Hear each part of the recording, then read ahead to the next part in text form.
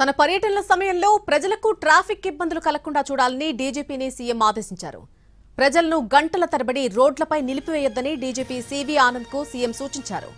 ఢిల్లీ పర్యటన సందర్భంగా ఎయిర్పోర్ట్ వద్ద ట్రాఫిక్ జాంపై ముఖ్యమంత్రి ఆగ్రహం వ్యక్తం చేశారు. తన కోసం ప్రజల పనులకు ఆటంకం కలిగించొద్దని స్పష్టమైన ఆదేశాలు జారీ చేశారు.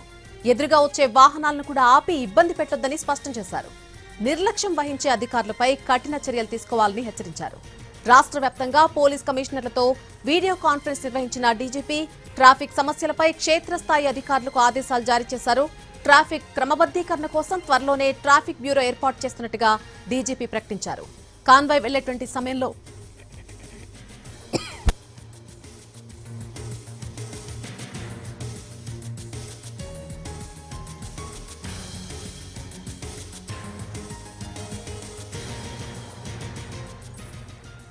వెళ్లేటువంటి సమయంలో ట్రాఫిక్ పూర్తిగా ఆపకుండా సింగిల్ లైన్లో వాహనాలు పంపే ప్రణాళికను అమలు చేయాలని డీజీపీ అధికారులను ఆదేశించారు. రద్దీ సమయంలో ప్రత్యామ్నాయ మార్గాలు ముందుగానే సిద్ధం చేయాలని డీజీపీ సూచించారు. ఎయిర్పోర్ట్ పరిసరాల్లో అప్రమత్తంగా ఉండాలని ఆదేశాలు జారీ చేశారు.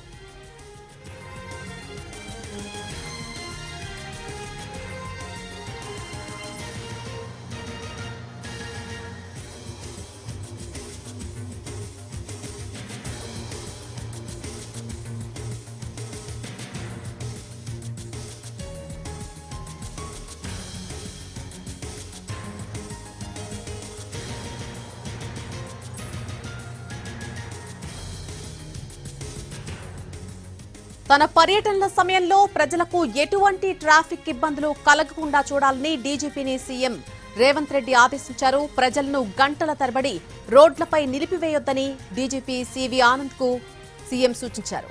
ఢిల్లీ పర్యటన సందర్భంగా ఎయిర్పోర్ట్ వద్ద ట్రాఫిక్ జాంపై ముఖ్యమంత్రి ఆగ్రహాన్ని వ్యక్తం చేశారు.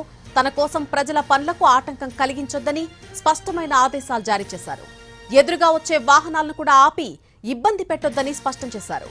నిర్లక్ష్యం వహించే అధికారులపై కఠిన చర్యలు తీసుకోవాలని హెచ్చరించారు. రాష్ట్ర వ్యాప్తంగా పోలీస్ కమిషనర్లతో వీడియో కాన్ఫరెన్స్ నిర్వహించిన డీజీపీ ట్రాఫిక్ సమస్యలపై క్షేత్రస్థాయి అధికారులకు ఆదేశాలు జారీ చేశారు. ట్రాఫిక్ క్రమబద్దీకరణ కోసం త్వరలోనే ట్రాఫిక్ బ్యూరో ఏర్పాటు చేస్తున్నట్టుగా డీజీపీ ప్రకటించారు.